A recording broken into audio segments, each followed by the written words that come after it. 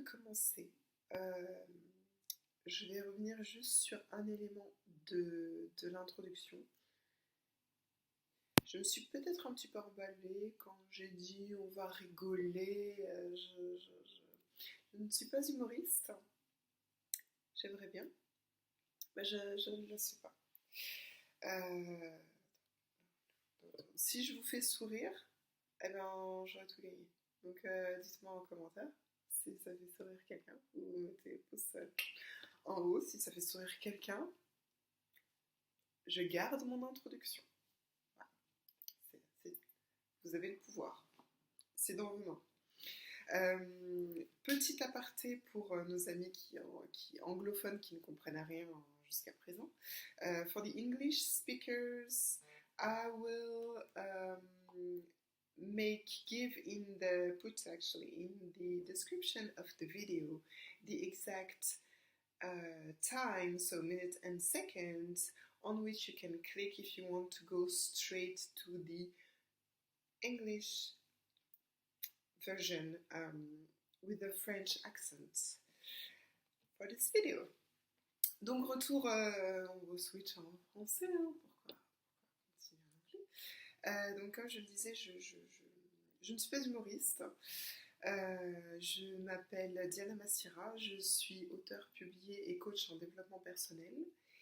Et via cette chaîne YouTube, je souhaitais partager avec vous des éléments qui reviennent assez régulièrement du coup dans mon travail et que je me suis dit tout simplement que ça pourrait servir à d'autres, peut-être, ou peut-être pas, mais au moins on aura bien rigolé, ou souri, voilà, ça pas trop d'attente, n'est-ce pas, on va en reparler des attentes. Le sujet d'aujourd'hui s'intitule Amour un jour, amour toujours.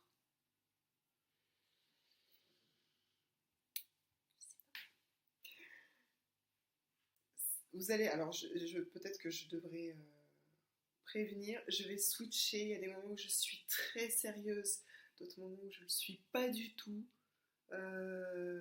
Faut s'habituer, d'accord ? Je préviens. Ça, vous avez toutes les billes en main, vous savez exactement comment ça va se passer. Amour un jour, amour toujours. Cette merveilleuse période de l'amour naissant.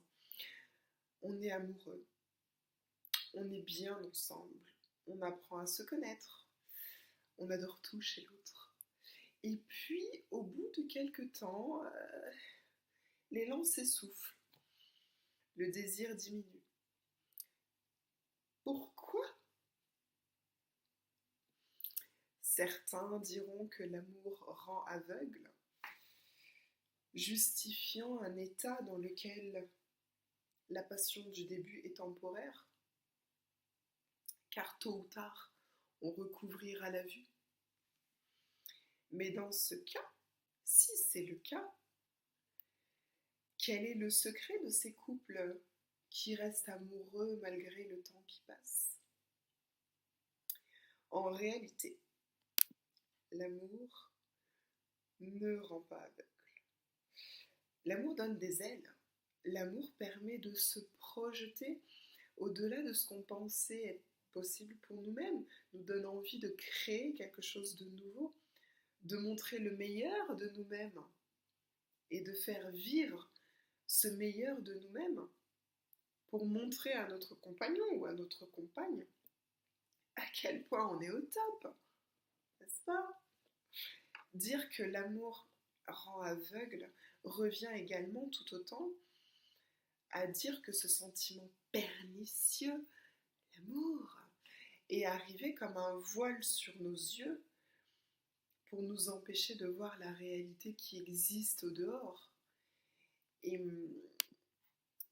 c'est mon point de vue, mais je trouve que c'est une expression qui est très négative en soi, parce que déjà, on sous-entend que le bonheur est temporaire.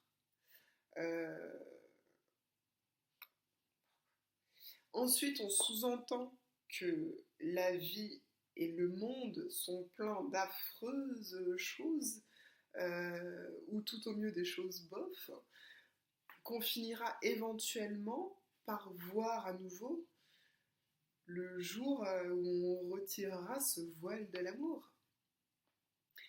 Et enfin, cette expression sous-entend que ce qui est normal, c'est de voir toutes ces affreuses choses au quotidien, ou toutes ces choses bof au quotidien. Et qu'être dans cet état d'amour est quelque chose de désuet, de presque imbécile, comme quelqu'un qui croirait que les illusions sont réelles. Mais le sont-elles vraiment? C'est un autre débat. Je vais m'éloigner si je me lance dessus. Bref, c'est mon opinion sur cette expression. Chacun la comprend de manière différente et il n'y a pas une vérité, on a tous notre vérité, moi je partage la mienne, simplement. Bref, pour continuer sur ce sentiment, sur ce sentiment amoureux, pour continuer sur ce sentiment amoureux, et parce qu'en soi, ce qui compte, c'est d'être heureux, hein, quoi qu'en disent les expressions, ou quoi que, voilà, être heureux soi-même, pour pouvoir être heureux avec l'autre. Alors, comment on le maintient, ce sentiment amoureux? Comment on peut le faire vivre afin que sa force continue, afin que son intensité soit nourrie et qu'on soit bien, donc 2 fois une personne, qu'on soit bien ensemble? Eh bien, eh bien pour ce faire, il faut distinguer le comportement de la recherche de l'amour avec le comportement de la recherche de l'amoureux ou de l'amoureuse. La recherche de l'amour ne comporte pas d'attente de l'autre, alors que la recherche de l'amoureux ou de l'amoureuse, on en a un paquet d'attentes. Et en fait, il y a déception uniquement quand les attentes ne sont pas remplies. Ce sont donc nos attentes par rapport aux autres, à l'autre, en l'occurrence, qui font chuter ce sentiment de plénitude de l'amour. Alors, la première étape, c'est de savoir ce que l'on veut soi, parce que derrière ce que l'on veut soi, il y a nos attentes en fait. Donc on veut quelqu'un physiquement comme ceci, comme cela, plein de douceur, intelligent, compréhensif, avec qui on peut parler de tout et tout partager. Première étape plutôt simple, n'est-ce pas? La deuxième étape, c'est de se demander pourquoi on veut chacune de ces caractéristiques. Est-ce qu'on veut une certaine carrure par besoin de sécurité ou besoin d'imposer soi-même une certaine supériorité? Est-ce qu'on veut un physique particulier par besoin d'admiration de l'autre, de voir l'autre comme un modèle, un petit peu dans le style où on le met sur un piédestal, mais de voir l'autre comme un modèle à atteindre qui nous pousserait vers l'avant? Ou est-ce qu'on a plutôt un besoin d'admiration par l'autre, etc. etc. Il n'y a pas de bonne ou de mauvaise réponse. L'idée, c'est vraiment simplement de s'observer et d'accepter que chacun de nous ne sommes pas tout roses. Moi, par exemple, je suis métisse. Petite parenthèse humoristique. Nous avons, mais vraiment, voilà, acceptons que nous ne sommes pas tout roses. Nous avons tous des parts d'ombre, des aspects de nous-mêmes qu'on aimerait, qu'on met un petit peu sous le tapis parce qu'ils sont connotés de manière négative dans notre société. Et aussi parce qu'on recherche tous l'acceptation. Donc une fois que cette deuxième étape est passée, donc le fait de savoir pourquoi on recherche chez l'autre chacune de ces caractéristiques, on a fait un énorme travail de conscientisation de soi. Donc, alors, je sais que j'ai pris des exemples assez simples, mais vraiment, on peut toujours creuser. et creuser, creuser, creuser, creuser encore, et on continue à creuser. Quand il n'y a plus rien à creuser, il y a toujours quelque chose à creuser. On augmentera toujours encore et encore notre compréhension de soi en faisant face aux attentes qu'on a envers les autres. Et en fait, c'est à ce moment-là, donc pour revenir vraiment à cet exemple amoureux, mais c'est à ce moment-là qu'on peut passer à la troisième étape, qui est de mettre fin à nos schémas passés. En comprenant pourquoi on recherchait ce qu'on a toujours recherché chez l'autre, en matière d'amour, en l'occurrence, on s'est soi-même mis face à nos propres faiblesses. On a pris conscience de ces manques intérieurs qui nous poussaient à compenser en prenant chez l'autre, en cherchant chez l'autre. Et donc, cette troisième étape, ça consiste à refaire la liste de ce qu'on veut, de ce qu'on recherche dans une relation amoureuse. Refaire la liste à nouveau. Et ça peut être la même liste. Et il n'y a pas de règle à ça. Mais même si c'est la même liste, en fait, vous ne la verrez plus de la même manière. Parce que, je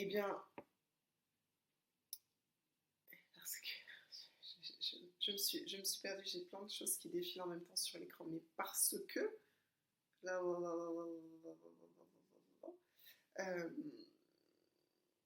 qu'est-ce que je disais?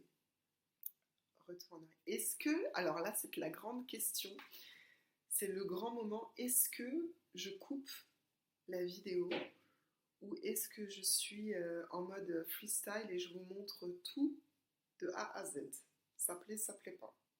Je sais pas encore, je vais y réfléchir pendant que je recherche la ligne de mon article où je me suis arrêtée et que je ne retrouvais plus. Peut-être que je vais laisser tout ça, parce que c'est vrai que ça montre qu'on est en train de parler de nos propres manques, donc ce serait complètement cohérent de laisser des vidéos telles quelles, et je peux même complètement garder le concept, continuer à partir de maintenant, la vidéo elle est telle qu'elle est, on la prend pas, elle est faite telle qu'elle est. Donc ouais, je pense que je vais peut-être garder. Je sais pas encore, je réfléchis, on verra.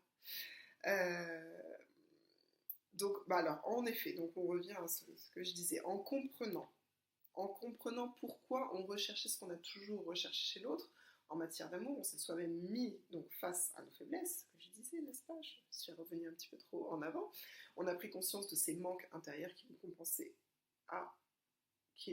poussaient à compenser chez l'autre, n'est-ce pas? On refait la liste, n'est-ce pas? La liste peut rester la même, n'est-ce pas? Il n'y a pas de problème. Et même si c'est la même, on la verra plus de la même façon parce qu'on a accepté notre part d'ombre. J'en étais là en fait. La faiblesse en nous, et à partir de ce moment-là, en fait, on sait ce dont on a besoin.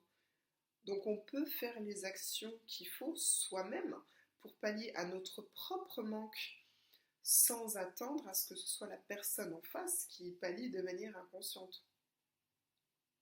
Voilà. Donc c'est quelque chose qui peut s'appliquer vraiment dans n'importe quelle relation, comme j'ai un petit peu sous-entendu. Pas forcément amoureuse, bien entendu, mais c'est vraiment la base pour une relation saine et durable. Si chacun fait ce travail intérieur et apprend à pallier soi-même à ses propres manques, il ne reste que le bonheur d'être ensemble. Donc comme je le disais, ce procédé est continuel, il est sans fin. Et il y a en effet, il y a vraiment, je fais sous le ton de la rigolade, mais il y a toujours plus à comprendre sur soi-même. Nous sommes des êtres complexes, nous sommes un puits sans fond de complexité, de tenants, d'aboutissants, d'attentes notamment, qui nous construisent et nous conditionnent sur énormément d'aspects de nos vies. Mais le fait de continuer à comprendre, à chercher à comprendre sur soi-même, ça nous amène à mieux comprendre nos interactions avec les autres, ce qui nous amène à les apprécier d'autant plus, à la fois pour qui ils sont, qui ils sont vraiment et plus les attentes qu'on a par rapport à eux, mais aussi par rapport à ce qu'ils nous permettent de réaliser par rapport à nous-mêmes. Donc voilà, écoutez, merci pour votre patience. Je ne sais pas encore si je garde la vidéo telle quelle ou si je fais des petites coupures, un montage vidéo propre et net. Je vais voir. Mais en tout cas, c'est la fin de la vidéo, de la partie en tout cas en français. Merci d'être resté jusqu'au bout, vraiment. Si quelqu'un a souri, faites-moi un petit commentaire ou mettez un petit pouce high pour dire c'est bon, voilà. ça me fera vraiment plaisir. Mais vraiment merci d'avoir écouté cette vidéo. Je vous souhaite une excellente journée pleine de conscience et je vous envoie plein de lumière. J'avais vraiment envie de la faire, ça. C'était facile. Et je vous dis peut-être à bientôt. Peut-être. Et je switch en anglais. Petite pause. Little break. Transition in English. Hello everybody. So this is the English part of the video, obviously. I was actually saying earlier in French that I'm not a comedian. I wish I was, but I'm not a comedian. I am a published author and a coach in personal development. And through this YouTube channel, I chose to share some elements that were coming up a lot in my work and in my understandings and others' understandings too. So I hope that I hope you like it. I hope that someone will laugh at some point. You know, my wish. At least someone would smile. That would be great. I would love it. So the subject of this video is love. Love one day. Love forever? Question mark. I'm talking about this beautiful period of, the beginning of a love story. We are in love, we feel good together, we are excited to get to know each other, we love everything the other is or says or does, and then after a while this feeling seems out of breath. The desire slows down. And the question is, why? Some people say that love makes you blind. I disagree.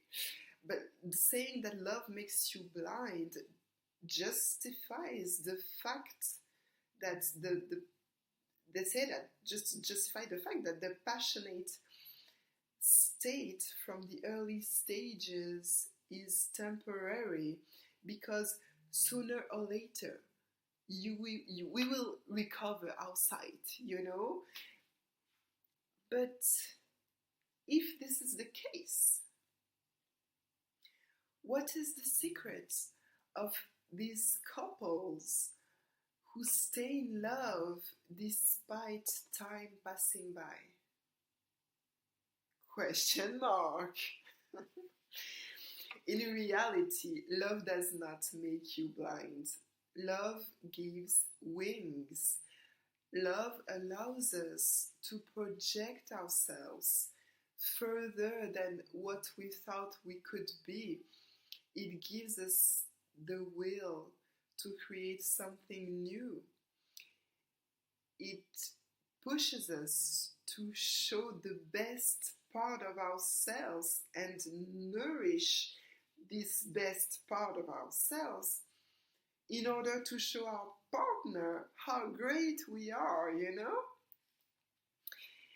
And to say that love makes us blind is the same as saying that this tricky feeling, love, has come as a veil on our eyes to avoid us from seeing the reality out there. You know, it's a very negative quote, at least it's my opinion, because first it underlies that happiness is temporary. Then it underlies that the life and the world are full of horrible or at least okay things, you know, and that we will eventually see again once we will take off the veil of love, you know. And finally, it underlies that what is normal, what is expected for everybody is to see these horrible or these okay things every day, and that being in this state of being in love is overrated, is almost dumb. Just like someone who would think that illusions are real. And are they? This is another debate. Anyways, this is my opinion over this quote. Everyone understands it differently, and there's not one truth. Everyone has his or her own truth, and I'm simply sharing mine.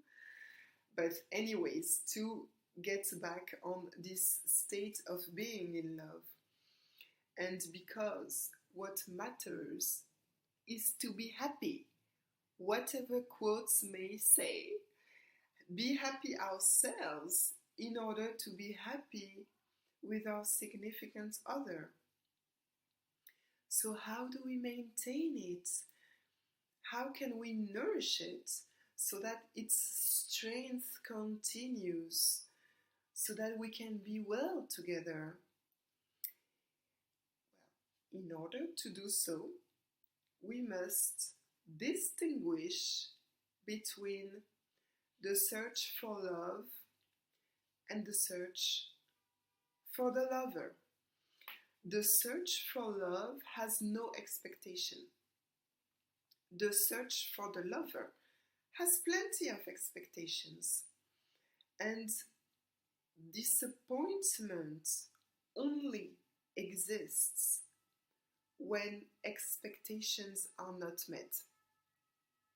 Which means that it is our expectations towards the other that make the level of love go down. So the first step is to know what we want, because behind what we want we will find our expectations.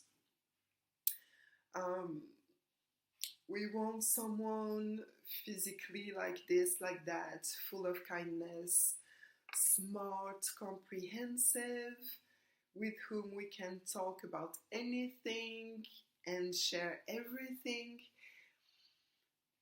The list goes on. I'm taking only simple examples. The second step is to wonder why we look for each one of these characteristics. Do we look for a certain body type because of a need for a sense of security, or a need to ourselves assess a certain superiority? Do we want a particular physical appearance from a need to admire the other, see the other like a model, a target to attain, which pushes us forward? or from a need to be admired by the other, or both, etc., etc. There is no good or bad answer. The idea here is simply to observe ourselves and accept the fact that what we see about us is not always tainted as if through rose-colored glasses, you know? We all have darker parts and parts of ourselves that we would rather push under the rug because they have a negative, a socially negative meaning, and we all look for acceptance. So once this second step is done, which is knowing why we look for each of these characteristics for our significant other, we have done a tremendous work of self-consciousness. And I have used very simple examples, but you can always dig it further. And once you think that you are done digging, you can dig it again. I swear this has no ends. We will keep increasing our self-awareness through facing the expectations we have towards others. And this is when we can go to the third step, which is to end past schemes. Through knowing why we were looking for specific characteristics from the other in terms of love, we faced ourselves with our own weaknesses.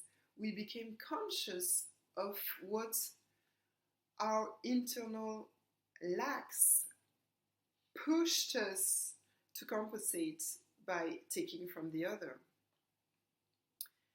Which means that the third step is to rethink about what we are looking for in a relationship. Again. And the list can stay the same. There is no rule here. But even if it stays the same, you will never look at it the same way. And because you would have accepted a darker part in you, a weakness inside, you will know what you need. And you will be able to do the necessary actions, or repeat yourself the necessary things in order to give, to fill, your own lacks, and without waiting for the person in front to fill it for you unconsciously, and this applies to any relationship. Not only loved ones, of course, but it is the basis for a sane and lasting relationship.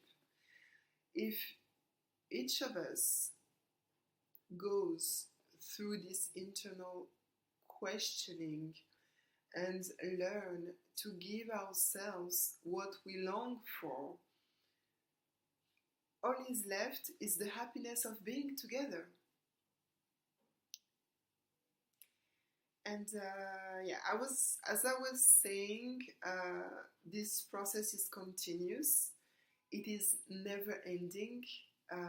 There is always more to understand about ourselves, our own expectations, which makes us understand better the interactions that we have with others, which leads us to appreciate them even more for who they are and not the projection we expect them to be, but also for what they make us realize about ourselves. So this is the end of the English part of this video.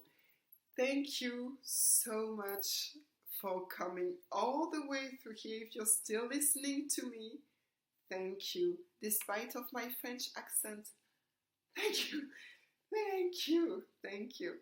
Um, I have said it in the French version, but you have all my contact information in the details of the video, so feel free to contact me if needed.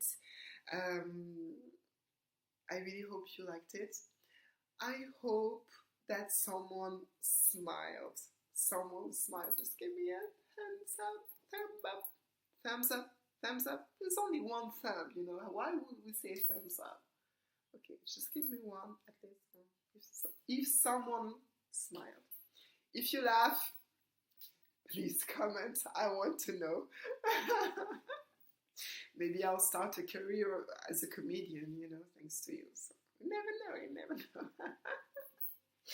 No, I'm kidding. I like my career as it is. I love my job. I love what I do.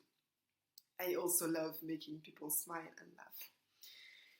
It's part of who I am. But thank you very much for listening. I hope you liked it. I hope to see you soon, and wait for it.